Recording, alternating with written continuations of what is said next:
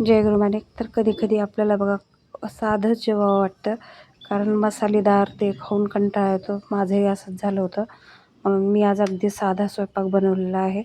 अख्ख्या मुगाचं वरण बनवत होते आणि त्यासोबत खोबऱ्याची सुकी चटणी, जी की मला खूप आवडते. आज तीच बनवली आहे. साधी चटणी आहे, काही जास्त साहित्य घातलं नाही.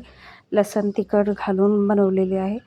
यानंतर 2-3 शिट्ट्यामध्ये वरण शिजलं होतं. या वरणामध्ये लसूण भरपूर घालायचा, म्हणजे वरण खूप सुंदर होतं. आणि लसणाचंच तिखट वापरायचं. साधीच आपल्या वरणाला जशी फोडणी दिली होती तशीच मी ह्या वरणाला फोडणी दिली. आणि या वरणासोबत लगेच भातही मी लावून घेतला.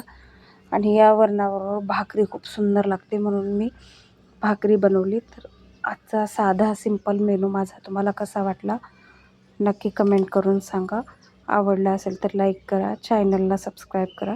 भेटूयात नवीन व्लॉगमध्ये. जय गुरु माणिक.